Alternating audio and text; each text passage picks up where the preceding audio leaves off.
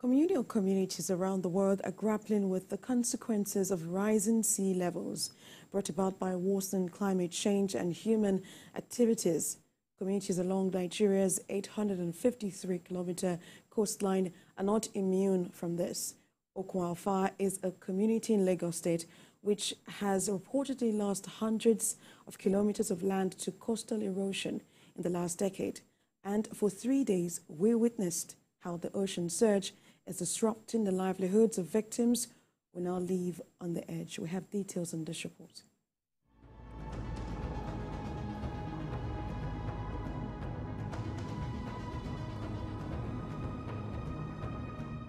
As the sun rises on Okun-Alfa community, one prominent feature is the sound of the surging seas, prompting the people of the community to rise to their daily activity.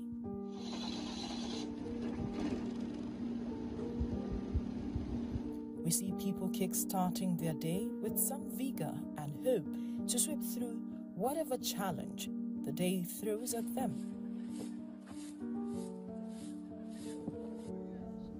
But there's one major challenge here: coastal erosion. And daily, a part of the community is lost to the tidal wave of the sea. But when did all these begin? If I not be me see, ọmọ ìlú yìí ni mí, bàbá mi, òun tó tẹ̀lé bàbá tiẹ̀ ló tẹ̀lé bàbá tèmi. Kò jà báyìí rí tẹ́lẹ̀ tẹ́lẹ̀. Olókun yìí ó jà báyìí rí tẹ́lẹ̀ tẹ́lẹ̀, ṣùgbọ́n nísìnyí bó ṣe wá ń para yìí kò yéèyàn.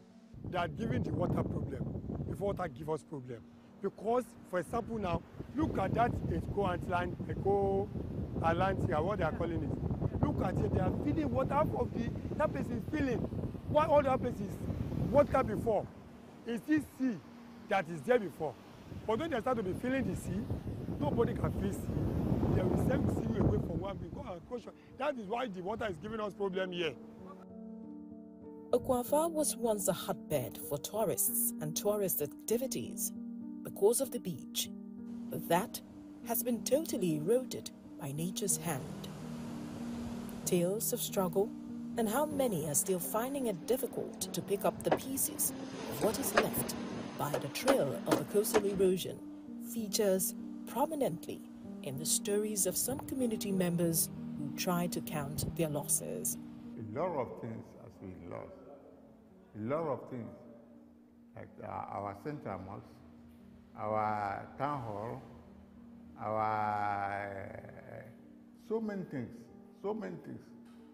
Our primary health center, so many things has been taken away to the extent that the materials that government we have from government, we have to send it to other villages because there is nowhere we can keep it.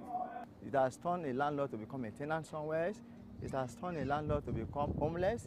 It has turned us, some people cannot even send their children to school anymore due to this problem. Reason because their business has been washed away by the ocean surge. Their survival is not the only matter here. Some have had to move houses multiple times and in the process left everything they've worked for to stay in shanties like these.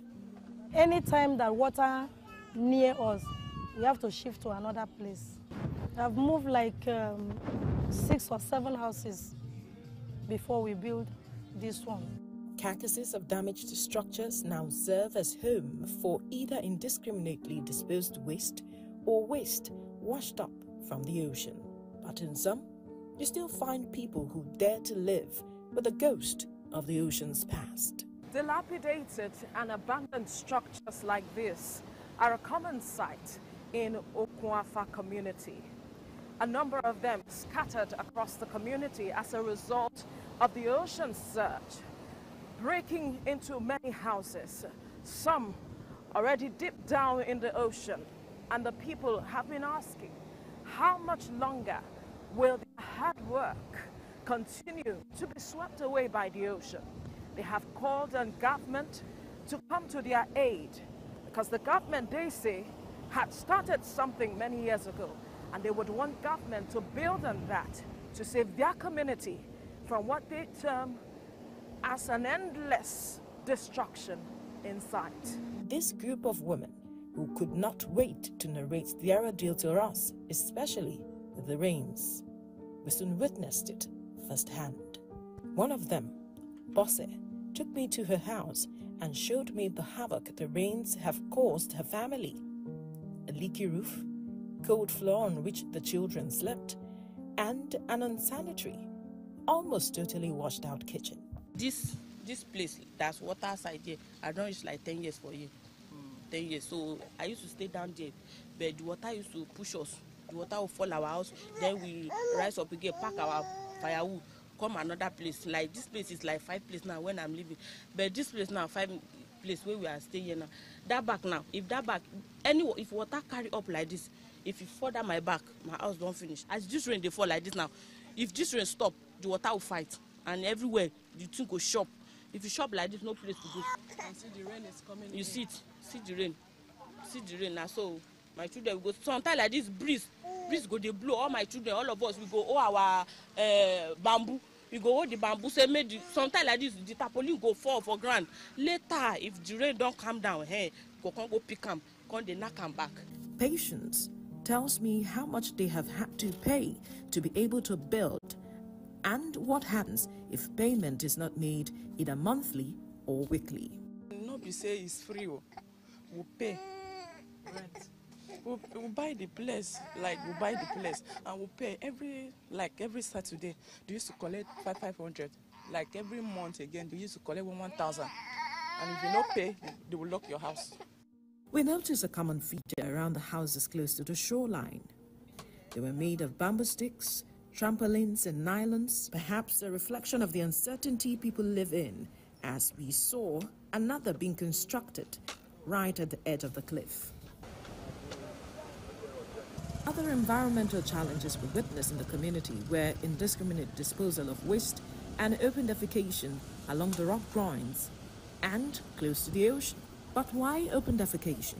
I am told these are the remains of what used to be a toilet serving the community. But the ocean surge has washed it away. What they are left with is bathroom, where they have to pay the sum of 200 naira before they can have their bath. Located along the Lekki-Ekpe corridor of Etiosa in the city of Lagos, Okoafar has featured prominently for over a decade in tabloids and documentaries on the devastating impact coastal erosion has had on its people. Sadly, Okoafar is not the only community in Nigeria or even Africa and the world where coastal populations are being threatened by rising tidal waves and surge from the ocean. The UN's Environmental Programme says an estimated 0.5 and 2 meters of shorelines shrinkage are recorded around the world every year due to coastal erosion, and they are expected to increase further due to climate change. The report also says that under current emissions, a 1 meter sea level rise could displace over 180 million people in the next century, forcing communities to move inland, restraining the space for human activities and generating alterations in coastal ecosystems.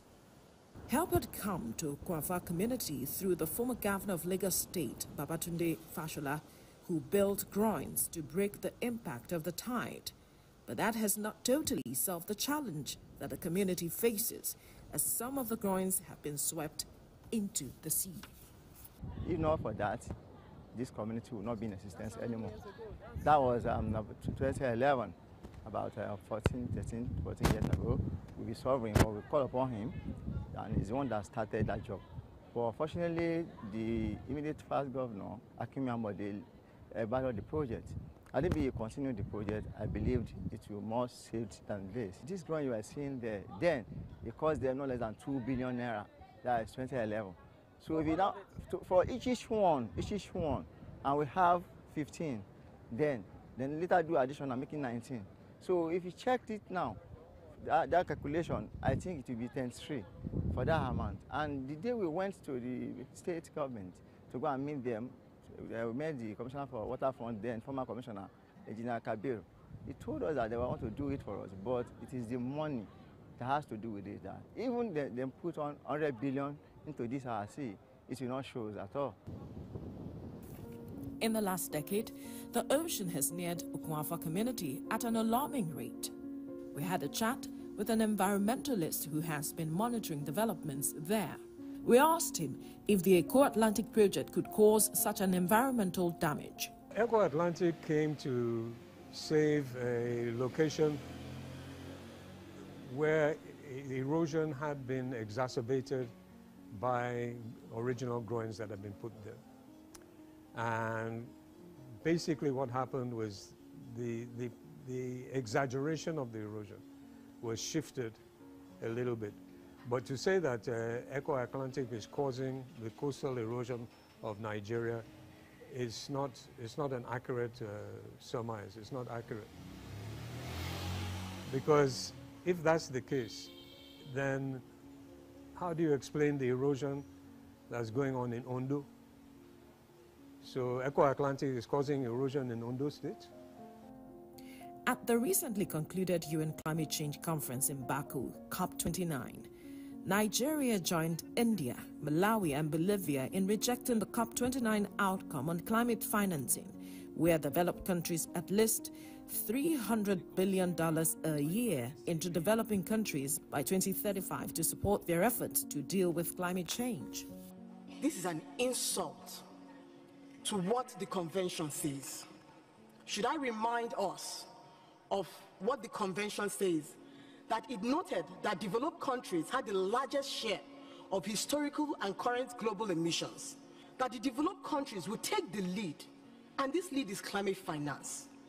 That the developing country is saying that it's taking the lead with $300 billion till 2035 is a joke. But we have a right as countries to choose if we're going to take this or not. And I'm saying that we do not accept this. UN Climate Change Executive Secretary Simon Seal emphasized that the new finance goal agreed in Baku is an insurance policy for humanity. But these countries, who have demanded at least $1.3 trillion instead, believe that a more generous cash settlement would undoubtedly have had a positive knock-on effect on those efforts. Where does this leave communities like Okwafa, who are in dire need of interventions, heavily dependent on funds like this? What we're dealing with is erosion, but we've heard all sorts of theories since I've assumed office. However, we have 187 kilometers of coastline along the Atlantic. And the thing is, yes, we have lost and we're losing seriously our coastline. We've lost Mayegun, we've lost Okwaja, we've lost Okunde, Origon, Itoke village, Idotun village, and we can go on and on.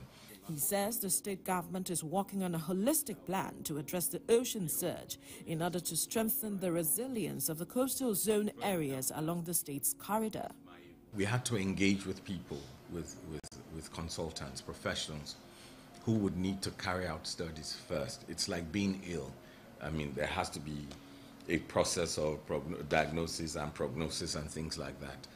And at the moment, we're just about signing the MOU so that they can to have a CDR as our consultant, so that we can begin the process of knowing what the issue is, and it's only then that we would know what to do. What is certain is that Okwafa, just like other coastal communities scattered across the nation, is under threat. We've been in talks back and forth.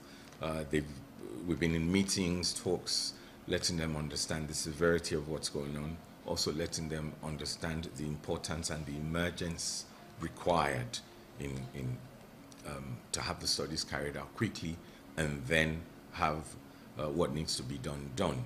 It's also important to understand that there's no country in Africa that can embark on this by themselves. So there'll be need for further partnership just beyond having consultants. As the sun sets on Okwafa, the people are praying as they wait with bated breath that the intervention they seek will come sooner than they envisage.